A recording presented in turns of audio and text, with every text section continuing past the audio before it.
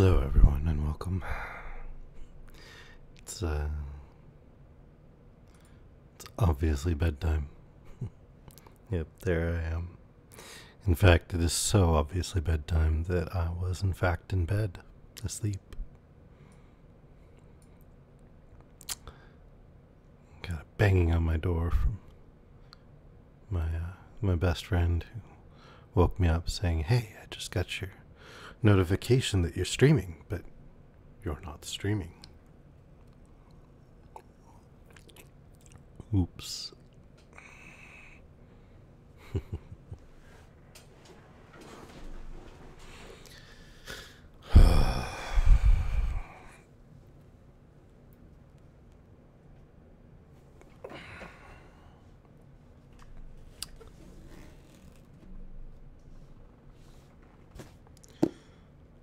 So, looks like we might actually be able to stream today, though, as I'm not seeing any dropped frames or other issues. So, might actually get to read a little bit.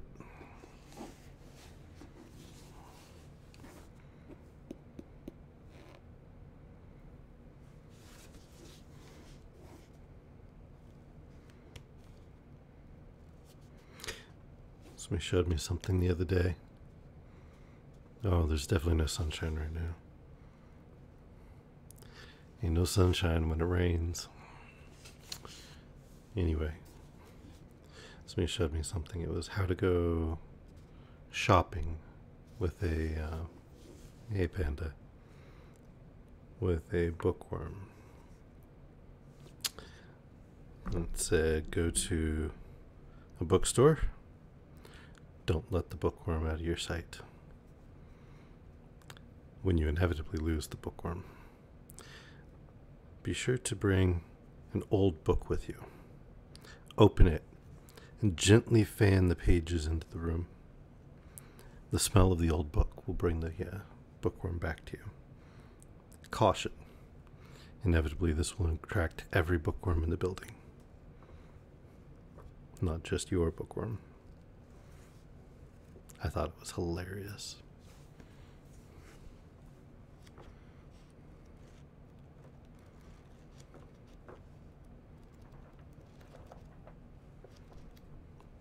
I do love old books and the smell of them. Yeah. Hello, Zhivago. Been wondering about you. Haven't seen you in a bit. I'm glad you're here. I'm glad all of you are here, actually.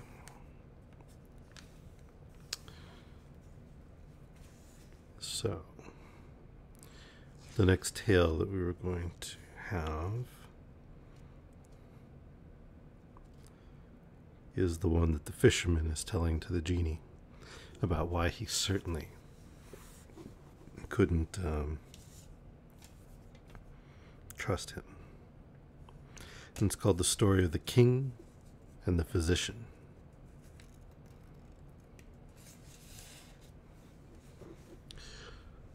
There once was a king who suffered from leprosy, and his physicians had in vain endeavored his cure. When a very able physician named Dubon arrived at his court, he was an experienced natural philosopher and fully understood the good and bad qualities of plants and drugs. As soon as he was informed of the king's distemper and understood that his physicians had given him up, he found means to present himself before the throne. "I know," said he, after the usual ceremonials, "that your majesty's physicians have not been able to heal you of leprosy. But if you will accept my service, I will engage to cure you without potions or external applications." Hello, little dude. The king answered, "If you are able to perform what you promise, I will enrich you and your posterity. You may make the trial." Yes, screen change. Sweetly.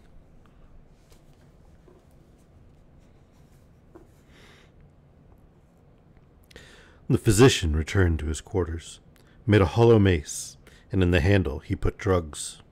He made also a ball in such a manner as suited his purpose, with which next morning he presented himself before the king, and said to him, "Let your majesty take horse, and exercise yourself with this mace, and strike the ball until you find your hands and body perspire. When the medicine I have put up in the handle of the mace is heated by your hand, it will penetrate your whole body, and as soon as you perspire, you may leave off the exercise, for then the medicine will have had its effect. Immediately on your return to your palace, go into the bath and cause yourself to be well washed and rubbed. Then retire to bed, and when you rise tomorrow, you will find yourself cured." The king took the mace and struck the ball, which was returned by his officers, who played with him.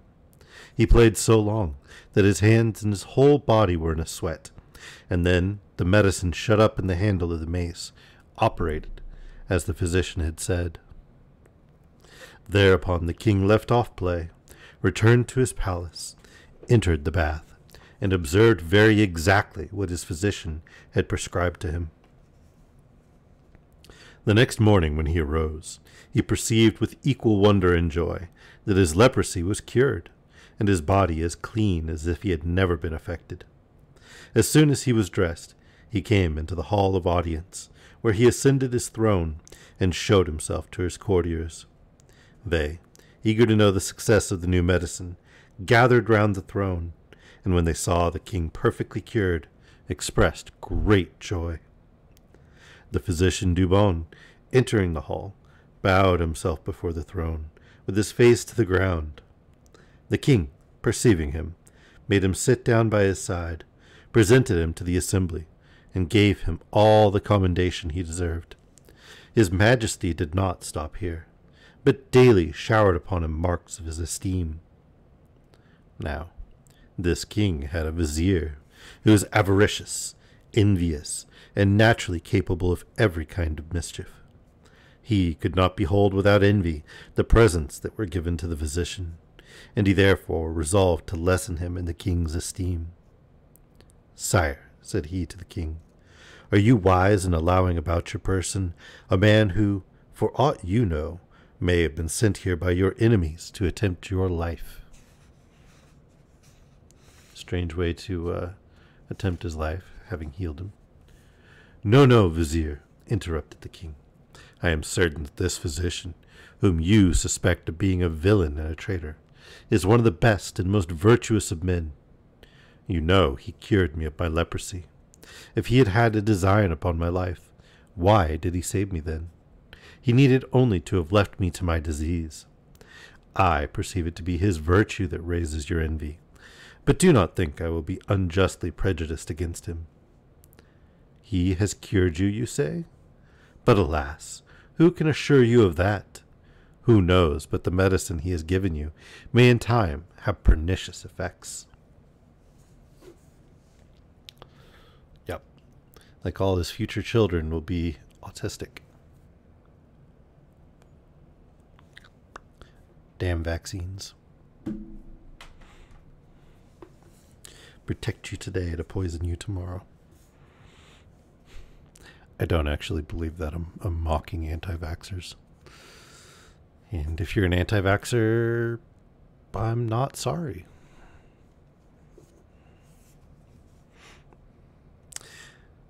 The king was not able to discover the wicked design of his vizier, nor had he firmness enough to persist in his first opinion. This discourse staggered him. "Vizier," said he, "thou art in the right. The stranger may be come upon purpose to take away my life, which he may easily do by his drugs."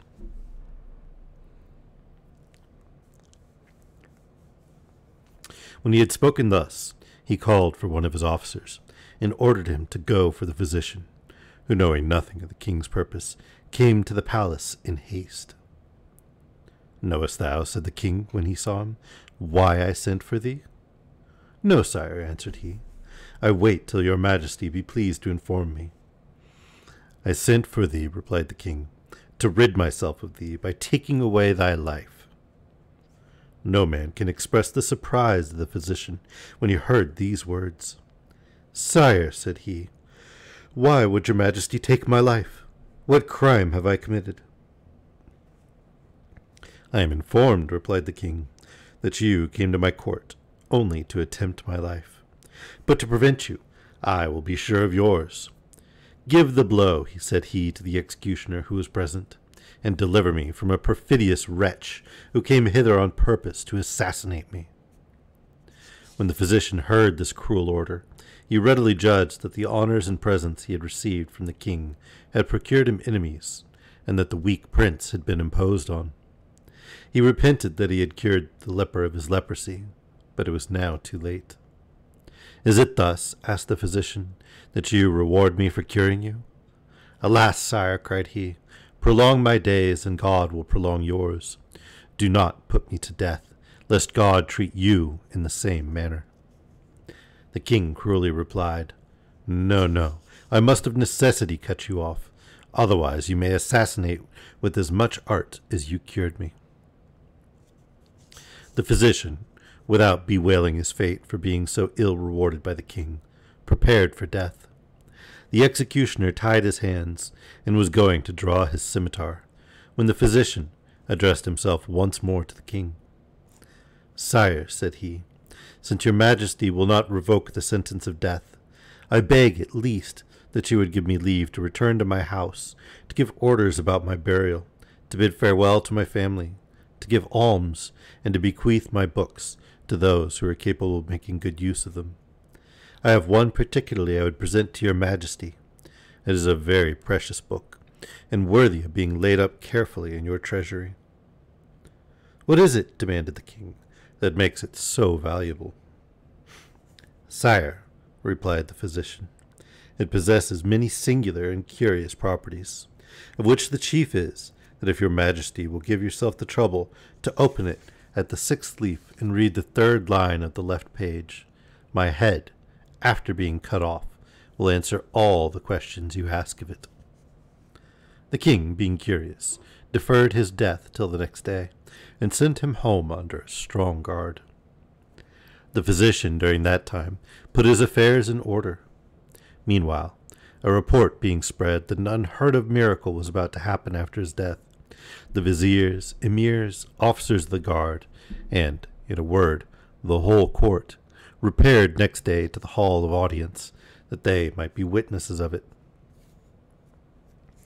The physician Dubon was brought in, and advancing to the foot of the throne, with a book in his hand, he called for a basin, and laid upon it the cover in which the book was wrapped. Then, presenting the book to the king, he said, "Take this, and after my head is cut off, order that it be put into the basin upon that cover, and as soon as it is placed there, the blood will stop flowing. Then open the book, and my head will answer your questions. But permit me once more to implore your majesty's clemency. I protest to you that I am innocent." "Your prayers," answered the king, "are in vain, and it were for nothing but to hear your head speak after your death, it is my will you should die." As he said this, he took the book out of the physician's hand, and ordered the executioner to do his duty. The head was so dexterously cut off that it fell into the basin, and no sooner laid upon the cover of the book than the blood stopped flowing. Then, to the great surprise of the king and all the spectators, it opened its eyes and said, "Sire, will your majesty be pleased to open the book?" The king proceeded to do so, but finding that the leaves adhered to each other, in order that he might turn them with more ease, he put his finger to his mouth and wetted it. He did this till he came to the 6th leaf, and finding no writing on the place where he desired to look for it, he said, "Physician, there is nothing written here." "Turn over some more leaves," replied the head.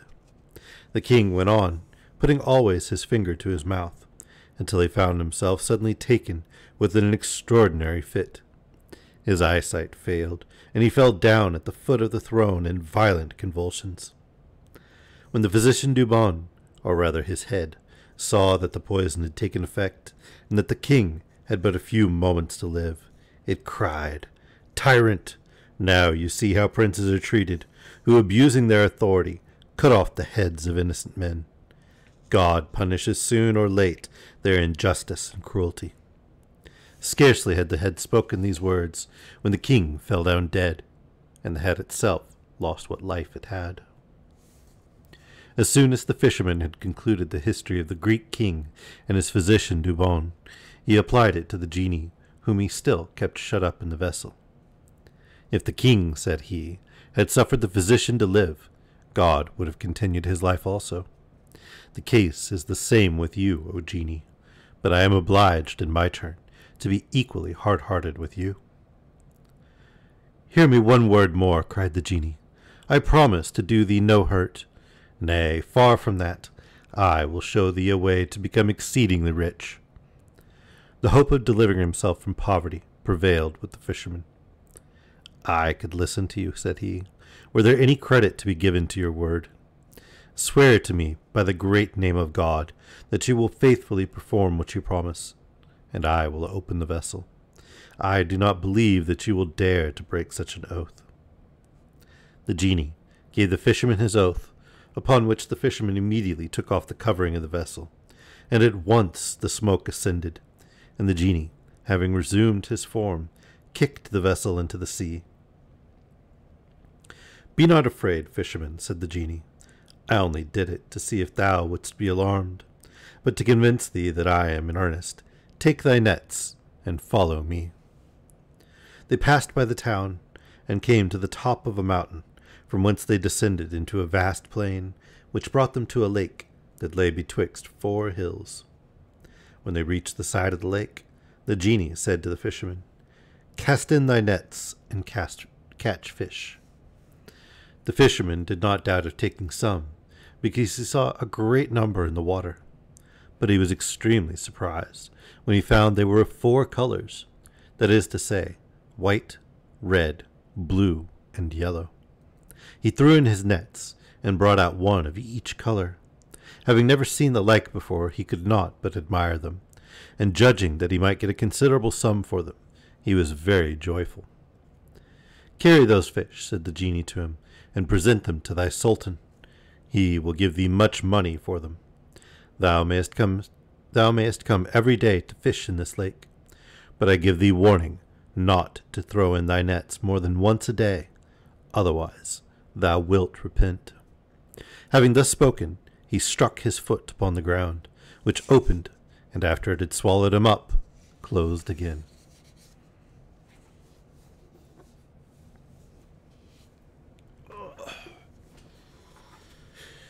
So, of course, what do you guys think the fisherman's going to do?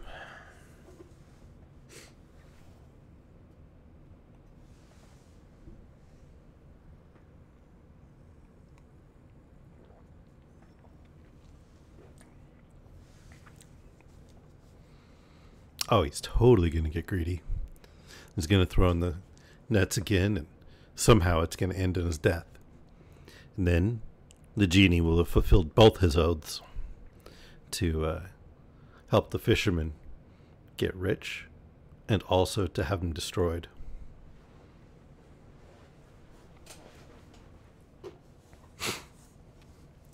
The further adventures of the fisherman and the genie. The fisherman, being resolved to follow the genie's advice, forbore casting in his nets a second time, and returned to the town very well satisfied. He went immediately to the Sultan's palace to offer his fish.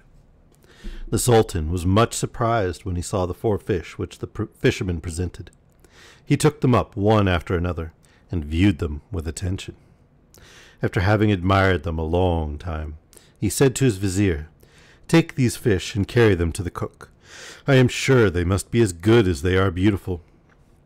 And give the fisherman 400 pieces of gold. The fisherman, who had never seen so much money, could scarcely believe his good fortune, but thought the whole must be a dream, until he found it otherwise, by being able to provide necessities for his family. As soon as the cook had cleaned the fish, she put them upon the fire in a frying pan with oil, and when she thought them fried enough on one side, she turned them upon the other. But, miracle of miracles, scarcely were they turned, when the wall of the kitchen divided, and a young lady of wondrous beauty entered through the opening. She was clad in flowered satin, with pendants in her ears, a necklace of large pearls about her throat, and bracelets of gold set with rubies about her wrists, and with a rod in her hand. She moved toward the frying pan, to the great amazement of the cook, who continued to be transfixed by the sight. And striking one of the fish with the end of the rod, she said, "Fish, fish, are you in duty?" The fish having answered nothing, she repeated these words, and then the 4 fish lifted up their heads and replied, "Yes, yes, if you reckon, we reckon. If you pay your debts, we pay ours. If you fly, we overcome and are content." As soon as they had finished these words, the lady overturned the frying pan and returned it into the open part of the wall, which closed immediately and became as it was before. The cook was greatly frightened at what had happened, but recovering somewhat, she stooped to take up the fish that had fallen on the hearth, only to find them blacker than coal, and not fit to be carried to the Sultan. "Alas," said she, "what will become of me? If I tell the Sultan that I have seen, I am sure he will not believe me, but will be greatly angered with me." While she was thus bewailing herself, the Grand Vizier entered, and asked her if the fish were ready. She told him all that had occurred, which we may easily imagine caused him to be astonished. But without speaking a word of it to the Sultan, he invented an excuse that satisfied him, and sending immediately for the fisherman, bade him bring 4 more such fish, which the fisherman promised to do on the morrow. Accordingly, the fisherman threw in his nets early the next morning, which took 4 fish like the former, and brought them to the Vizier at the hour appointed. The minister took them himself, carried them to the kitchen, and shut himself up with the cook. She cleaned them and put them on the fire as she had done with the 4 others the day before. And when they were fried on one side, and she had turned them upon the other, the Vizier became a witness to the same events as the cook had narrated to him. "This is too wonderful and extraordinary," said he, "to be concealed from the Sultan. I will inform him of this miracle."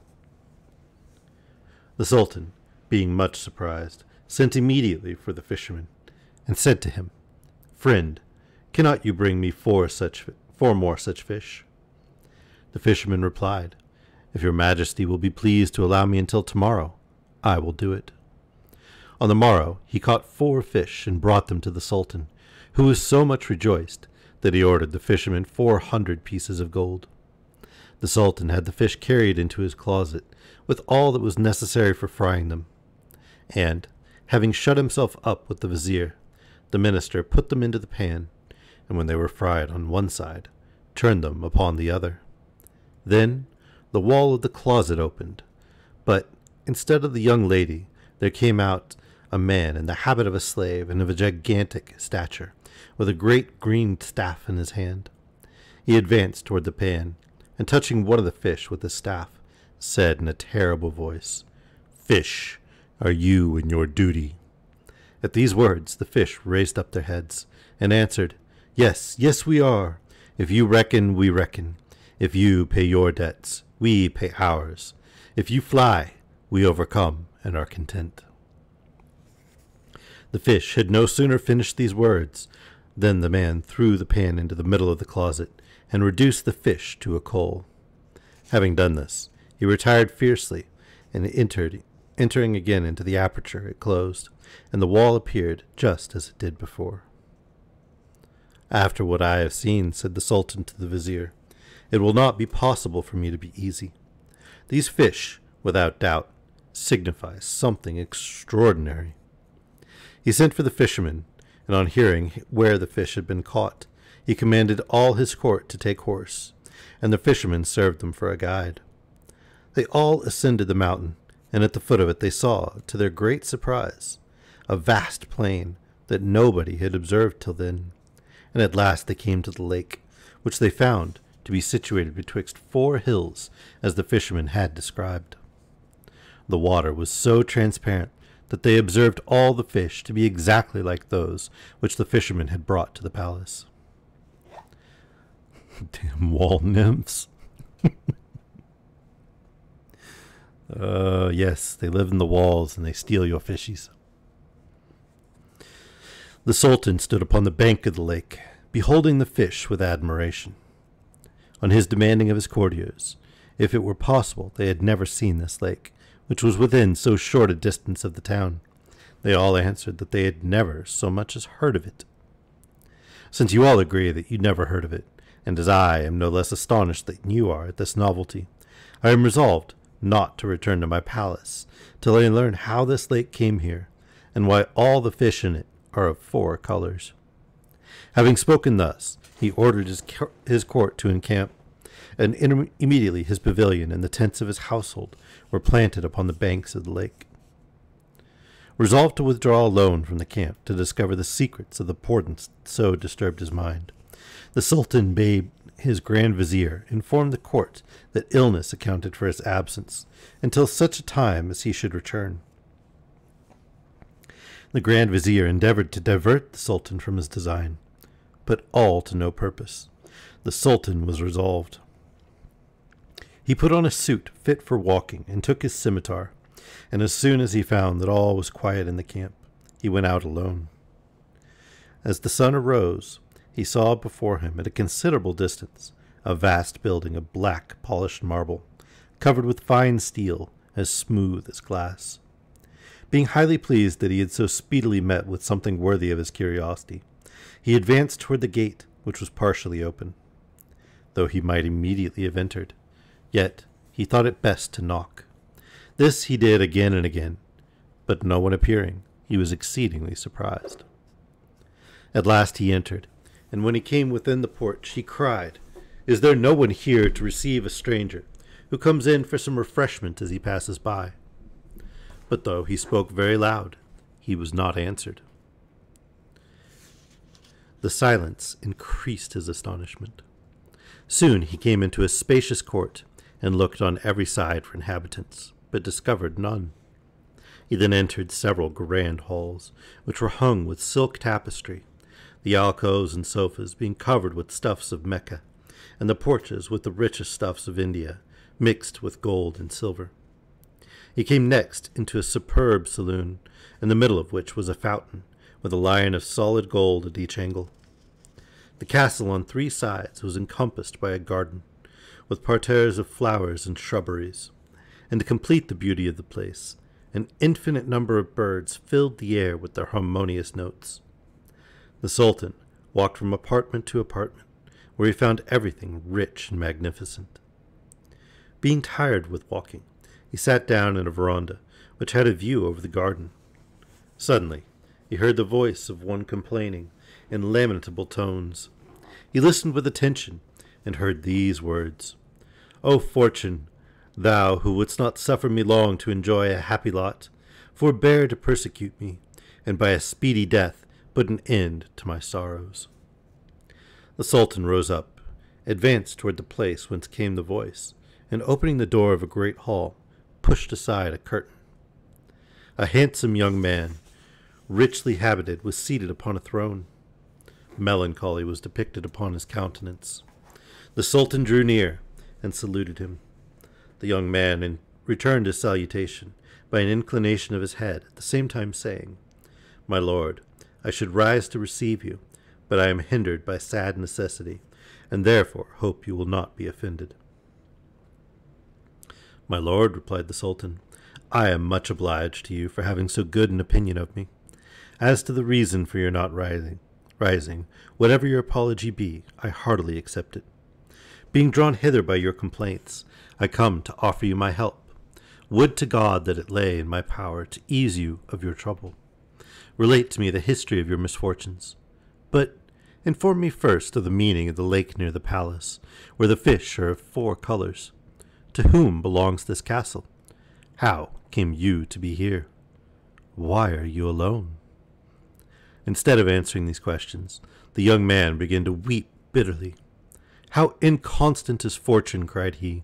"She takes pleasure to pull down those she has raised. How is it possible that I should grieve, and my eyes be inexhaustible fountains of tears?" At these words, lifting up his robe, He showed the Sultan that he was a man only from the head to the girdle, and that the other half of his body was black marble.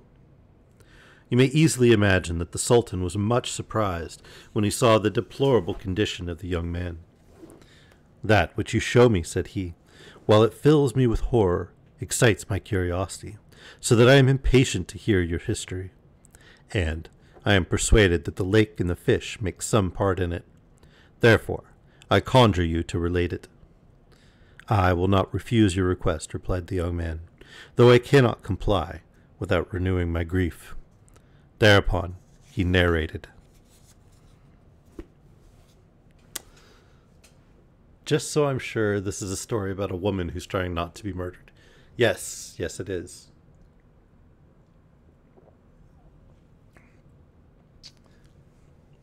And yet, we are nesting in yet another story.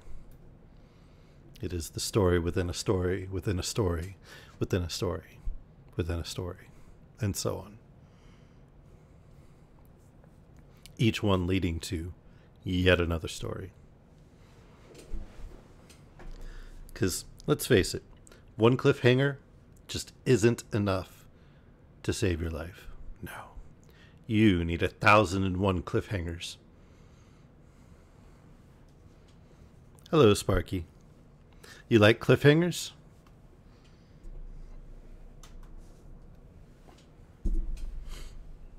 Or you like ridiculously nested stories? Or both?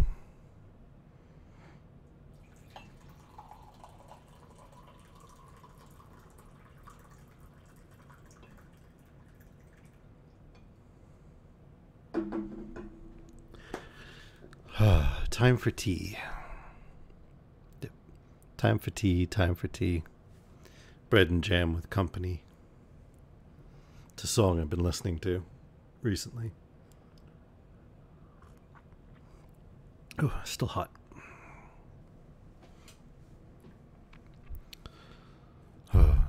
It's 11 Acorn Lane, Time for Tea. It's apparently a genre called electro swing.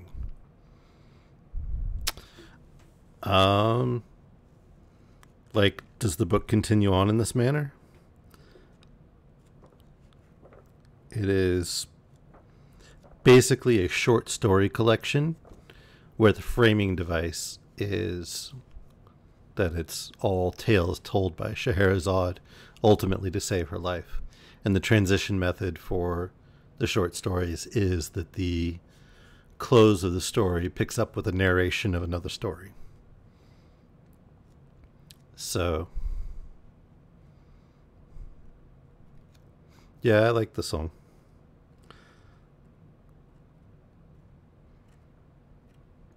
But yeah, it's basically just a device for presenting a short story collection and tying it all together into a single overarching narrative. Kind of similar to the movies or shows that are vignettes or loosely interconnected stories, and then there's usually some sort of narrator or framing story that makes it necessary to tell the individual tales.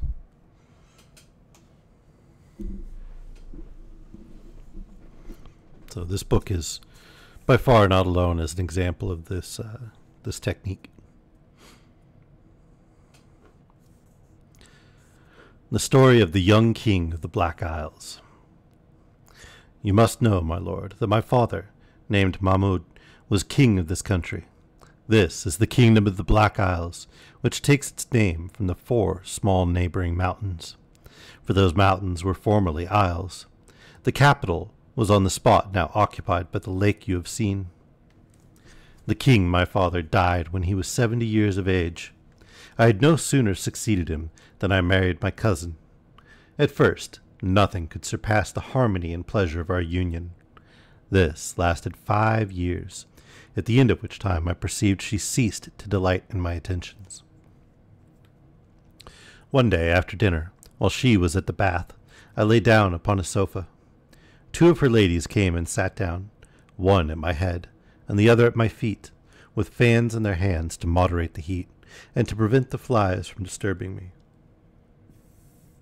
They thought I was asleep, and spoke in whispers, but as I only closed my eyes, I heard all their conversation. One of them said to the other, "Is not the queen wrong not to love so amiable a prince?" "Certainly," replied the other.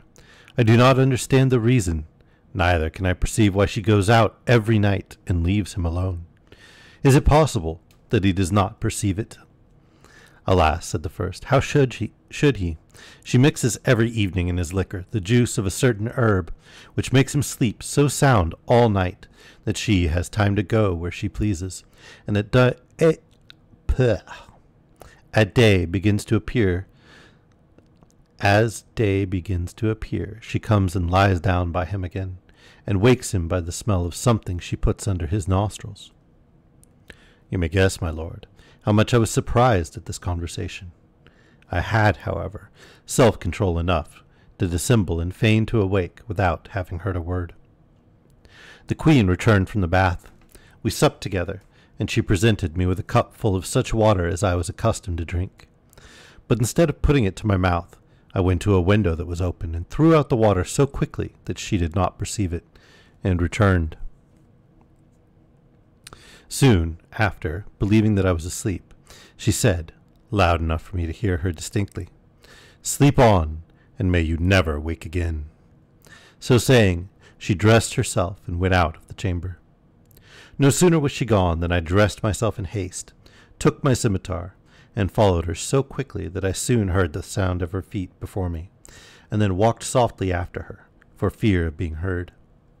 She passed through several gates, which opened upon her pronouncing some magical words, and the last she opened was that of the garden, which she entered.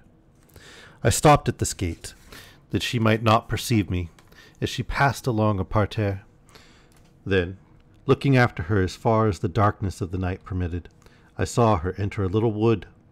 I went thither by another way, and concealing myself, saw her walking there with a man. I did not fail to lend the most attentive ear to their discourse, and heard her address herself thus to her gallant: "What proof of my devotion is lacking, that you doubt my constancy? Bid me but do so, and before sunrise I will convert this great city and this superb palace into frightful ruins, inhabited only by wolves, owls, and ravens.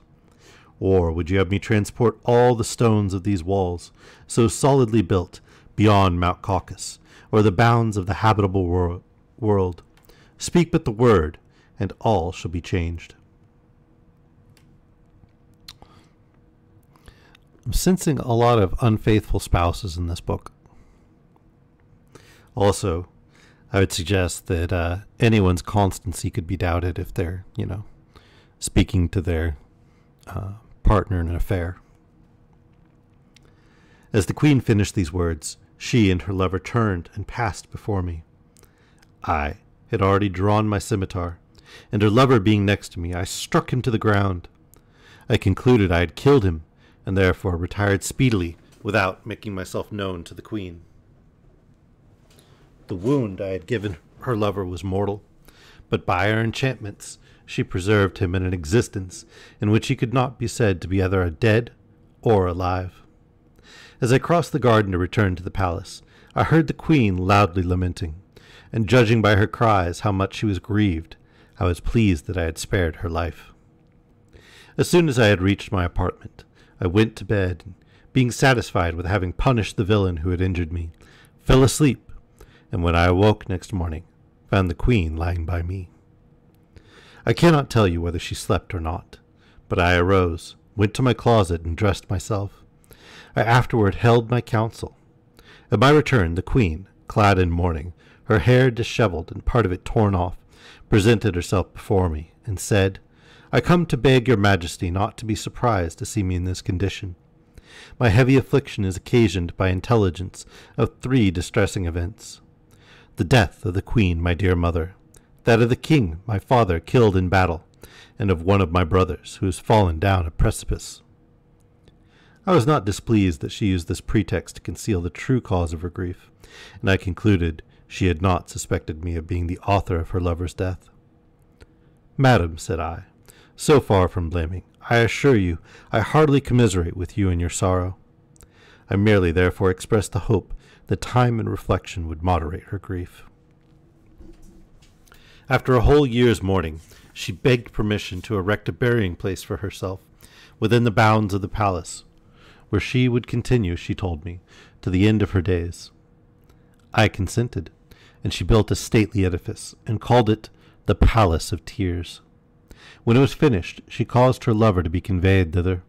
She had hitherto prevented his dying by potions which she had administered to him, and she continued to convey them herself every day after he came to the Palace of Tears. Yet, with all her enchantments, she could not cure him. He was not only unable to walk or support himself, but had also lost the use of his speech and exhibited no sign of life except in his looks. Every day the queen made him 2 long visits, a fact of which I was well apprised, but pretended ignorance.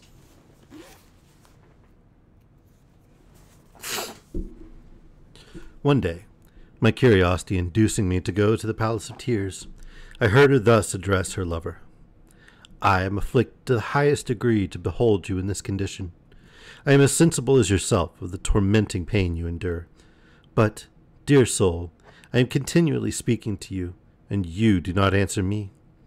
How long will you remain silent? O tomb, hast thou destroyed that excess of affection which he bore me? Hast thou closed those eyes that evinced so much love, and were all my delight? No, no, this I cannot think. Tell me rather, by what miracle thou becamest the depository of the rarest treasure the world ever contained. I must confess, my lord, I was enraged at these expressions, and apostrophizing the tomb in my turn, I cried, O tomb, why dost thou not swallow up that monster, so revolting to human nature? Or rather, why dost thou not swallow up both the lover and his mistress? I had scarcely uttered these words when the queen rose up like a fury. Miscreant, said she, thou art the cause of my grief. Do not think I am ignorant of this. I have dissembled too long. At the same time, she pronounced words I did not understand, and afterward added, By virtue of my enchantments, I command thee to become half marble and half man. Immediately, my lord, I became what you see, a dead man among the living, and a living man among the dead. After this, the cruel sorceress, unworthy of the name of queen, had metamorphosed me thus, and brought me into this hall. By another enchantment she destroyed my capital, which was very flourishing and populous. She annihilated the houses, the public places and markets, and reduced the site of the whole to the lake and desert plain you have seen. The fishes of 4 colors in the lake are the 4 kinds of inhabitants of different religions, which the city contained. The white are the Mussulmans, the red the Persians who worship fire, the blue the Christians, and the yellow the Jews. The 4 little hills were the 4 islands that gave name to this kingdom. But her revenge, not being satisfied with the destruction of my dominions and the metamorphosis of my person, she comes every day and gives me over my naked shoulders 100 lashes with a whip until I am covered with blood. When she has finished this part of my punishment, she throws over me a coarse stuff of goat's hair, and over that this robe of brocade, not to honor, but to mock me. When he came to this part of the narrative, the Sultan, filled with righteous anger and anxious to revenge the sufferings of the unfortunate prince, said to him, Inform me whither this perfidious sorceress retires, and where may be found her vile paramour, who is entombed before his death. My lord, replied the prince, her lover, as I have already told you, is lodged in the Palace of Tears, in a superb tomb constructed in the form of a dome. This palace joins the castle on the side in which the gate is placed. Every day at sunrise the queen goes to visit her paramour, after having executed her bloody vengeance upon me. And you see, I am not in condition to defend myself. Prince, said the Sultan, your condition can never be sufficiently deplored. It surpasses all that has hitherto been recorded. One thing only is wanting, the revenge to which you are entitled, and I will omit nothing in my power to effect it. In subsequent conversation they agreed upon the measures they were to take for accomplishing their design for revenge, but deferred the execution of it till the following day. The young prince, as was his wont, passed the time in continual watchfulness, never having slept since he was enchanted. The Sultan arose with the dawn, and proceeded to the Palace of Tears. He found it lighted up with an infinite number of flambeaux of white wax, and perfumed by a delicious scent issuing from several censers of fine gold of admirable workmanship. As soon as he perceived the bed where the man lay, he drew his scimitar, and without resistance deprived him of his wretched life, dragged his corpse into the court of the castle, and threw it into a well. After this he went and lay down in the man's bed, placed his scimitar under the covering, and waited to complete his design. The queen arrived shortly after. She first went into the chamber of her husband, the king of the Black Isles, stripped him, and with unexampled barbarity gave him 100 stripes. She then put on again his covering of goat's hair, and his brocade gown over all. She went afterwards to the Palace of Tears, and thus addressed herself to the person whom she conceived to be her lover. "My son, my life, will you always be silent?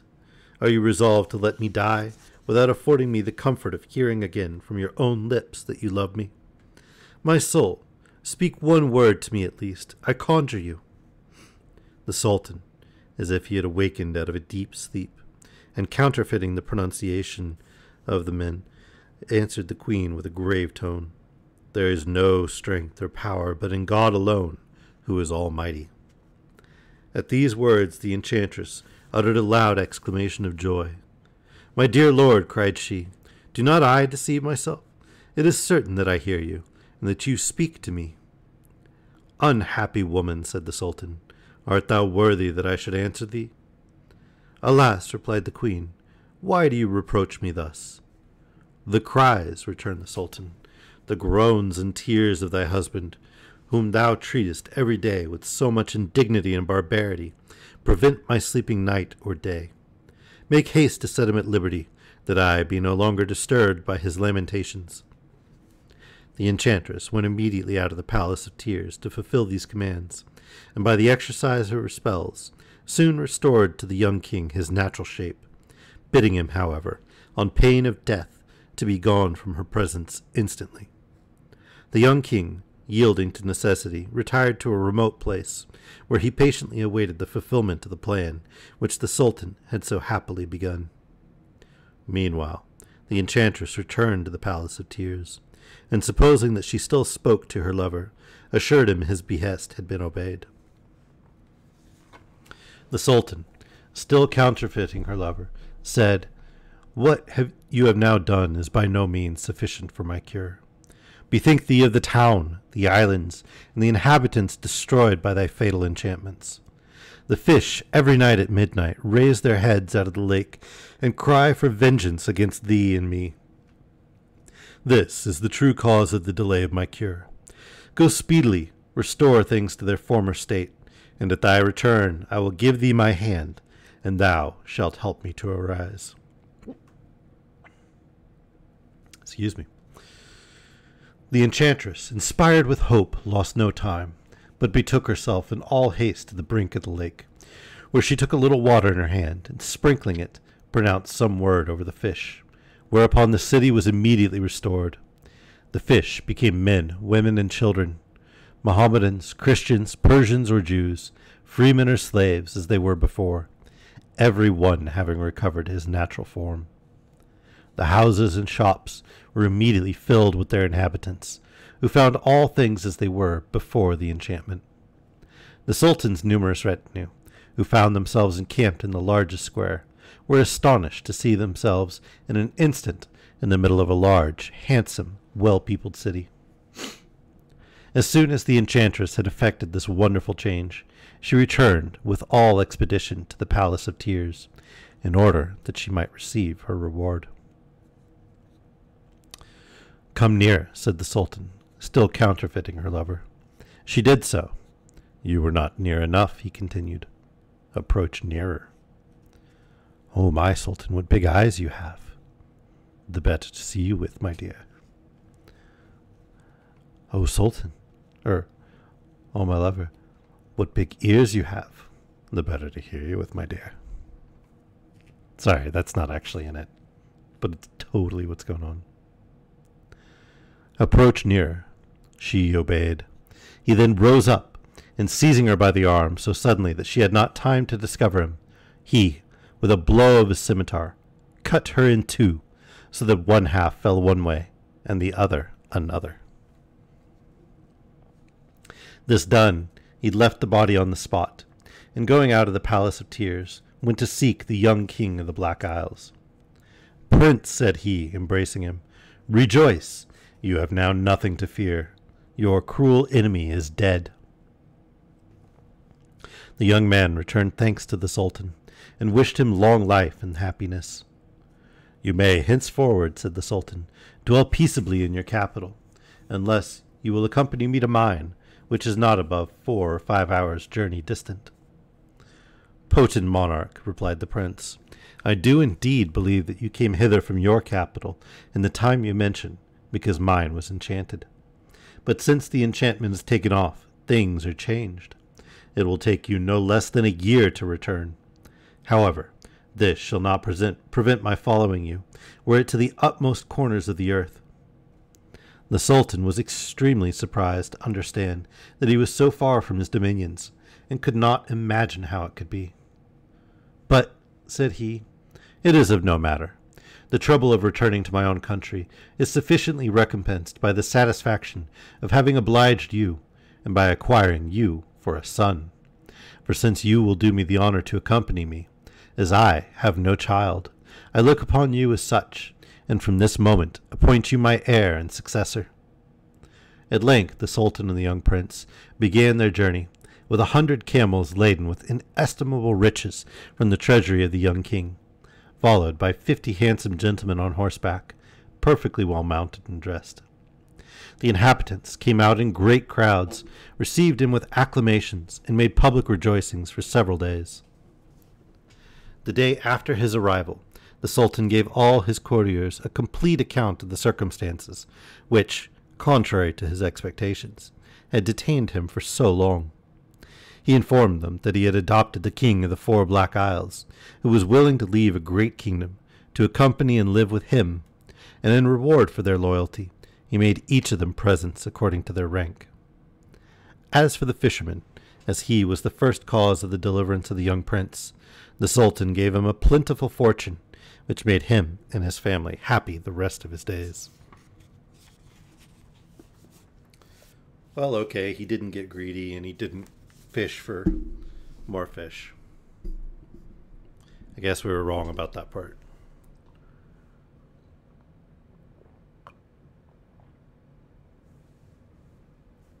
Oh.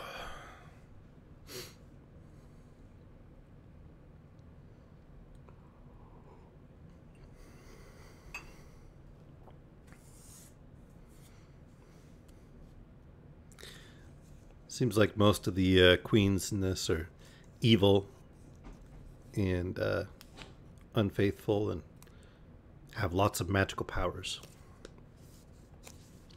I'm just wondering where they all got their powers. I mean, surely they didn't all go to Hogwarts.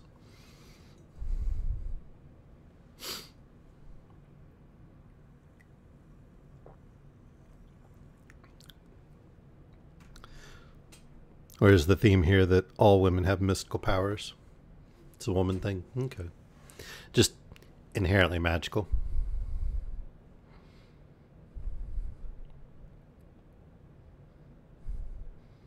I don't know. I've found women rather magical, but that may be more on account of my own perceptions than any, like, reality to it.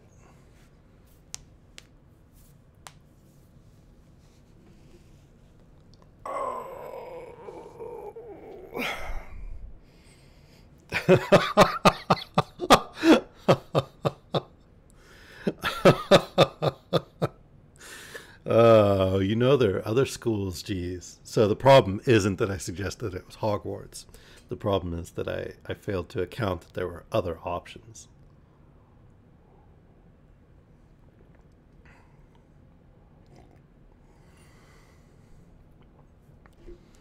Well, I suppose it could be the French one because they train all the half Vila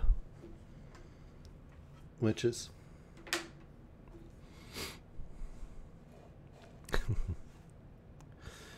See, Vela, you keep taunting me with tales of the food you make.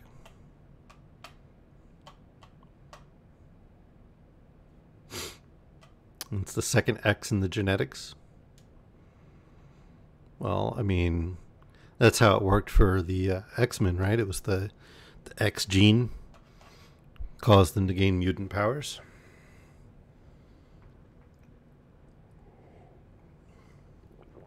So maybe this queen was a early precursor to the Scarlet Witch.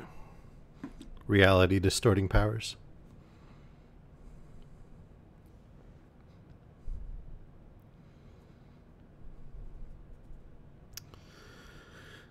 Oh, all right. Well, I'm gonna make it a short stream. I been struggling a bit with the dark thoughts, so not quite up to doing longer streams right now. Yes, good night, me. It is obviously bedtime for me as well. But I hope you guys are enjoying the Arabian Nights. Enjoy the stories. Thank you for coming out to join me, even though I was a little late getting here. I hope little dude enjoyed them.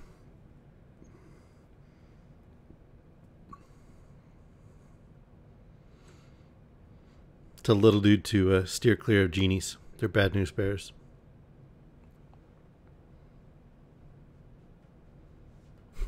I'm glad he did. All right. Well, good night, everybody. Or good day, or good afternoon, or good morning, or whatever happens to be wherever you are. It's obviously bedtime, at least for me. So, good night.